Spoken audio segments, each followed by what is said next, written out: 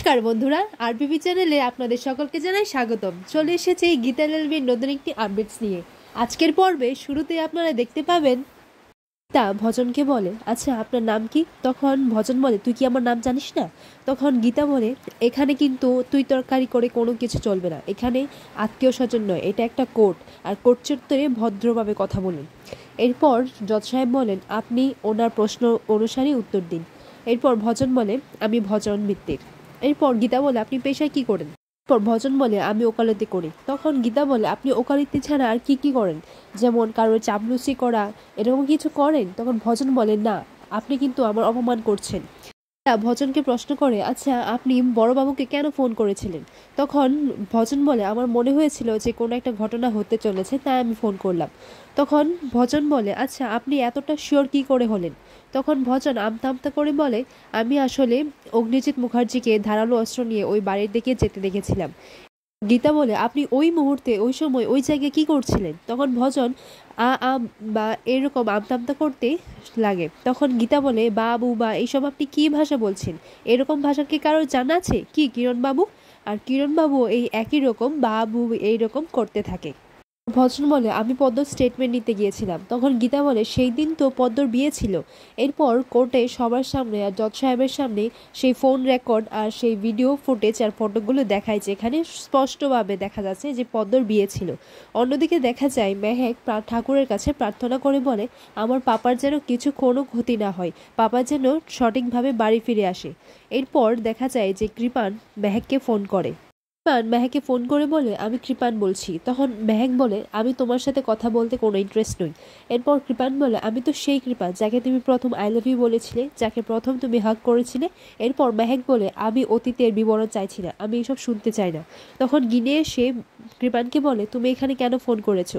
তখন কৃপান বলে, শুনেছি মেহেকের নাকি বিয়ে হতে যাচ্ছে, আমি কিন্তু সেই বিয়েটা হতে দেব না।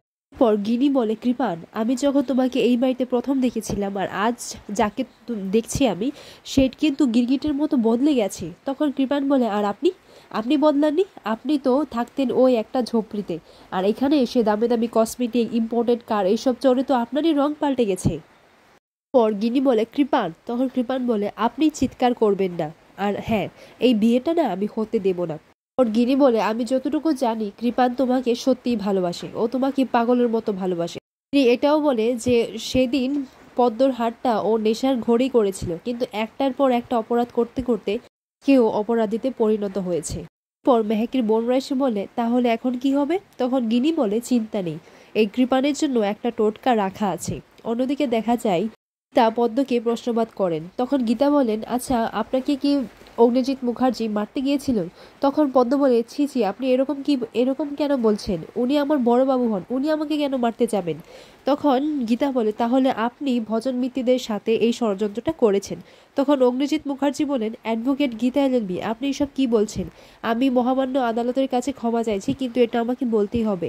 ছোট্ট মেয়েটি আমার মেয়ের সমান, বাচ্চা মেয়েটিকে আপনি এভাবে প্রশ্ন করে ওকে অপমান করবেন না, প্লিজ। গীতা জজ সাহেবকে বলে, হুজুর, তখন পদ্মরানী দাসকে আমি কিছু বললাম, অমনি অগ্নিজিৎ মুখার্জি রিয়্যাক্ট করেছেন। আর যখনই আমি অগ্নিজিৎ মুখার্জি কিছু বলেছি, তখনই এই মহিলাটি রিয়্যাক্ট করেছে। তার মানে এটাই যে এরা একে অপরের ক্ষতি করতে যাবে না। দিকে দেখা যায় কাব্যা কৃপানকে বলে, ভাইয়া তুই কাকে ফোন করেছিস? তুই আবার মেহেককে ফোন করেছিস? তুই আবার এইসবের মধ্যে কেন জড়াচ্ছিস? তখন কৃপান বলে, আমি মেহেককে পাগলের মতো ভালোবাসি, আর ওকে অন্য কেউ বিয়ে করতে পারবে না। তখন কাব্যা বলে, তুই পাগল হয়ে গেছিস, তোর জন্য আমার শ্বশুর বাড়ির সাথে আমার সম্পর্কটা নষ্ট হয়েছে, তোর জন্য আমি স্বস্তিককে হারিয়েছি, আর তুই কিন্তু মেহেককে ভালোবাসার অধিকারটা অনেক আগেই হারিয়ে ফেলেছিস। আর পাগলামি করিস না, আর আমি তোকে কখনোই ক্ষমা করবো না। ভিয়া বলে, তুই আর মুখার্জি বাড়ির দিকে চোখ তুলেও তাকাবি না। তখন কৃপান বলে, চোখ তুলে কি, আমি তো দরকার হলে চোখ উপড়ে ফেলে দেব, আর মেহেকের স্মৃতিতে যদি কারোর হাতে সিঁদুর উঠে সেটা আমি দেব। কৃপান কেঁদে বলে, আমি মেহেককে খুব ভালোবাসি, হ্যাঁ আমি অপরাধী, কিন্তু আমি তাও অপরাধীদেরও মন আছে, আমি মেহেককে ভালোবাসি। অন্যদিকে দেখা যায় মেহেক উত্তেজিত হয়ে পড়ে। মেহেক বলে, আমি থানায় যাব, ও আমাকে থ্রেট দিয়েছে। তখন গিনি বলে, আগে সবাইকে ফিরতে দাও, ওইদিকে হয়তো কাঠগড়ায় দাঁড়িয়ে আছেন, আর ওনাকে হয়তো প্রশ্নবাদ জিজ্ঞাসা করছেন, আর প্রশ্নবাদ করছে আমার বোন অ্যাডভোকেট গীতা এলএলবি। মুহূর্তে দেখা যায় পদ্মরানী দাস কোর্টের সবার সামনে প্রত্যেকটা ঘটনা এক এক করে খুলে বলে। শুরু থেকে শেষ পর্যন্ত এক এক ষড়যন্ত্র পদ্ম সবার সামনে তুলে ধরে, আর তাকে কি করে জোর করে বিয়ের নাটকটা করতে বলা হয়েছিল। পদ্ম এটাও বলে যে বড়বাবু আসার আগেই কেউ আমাকে পেছন থেকে আঘাত করে, আর আমি তখন মাটিতে লুটিয়ে পড়ি। এরপর আমার আর কিছু মনে নেই, আর পর্বটি এখানেই শেষ হয়ে যায়।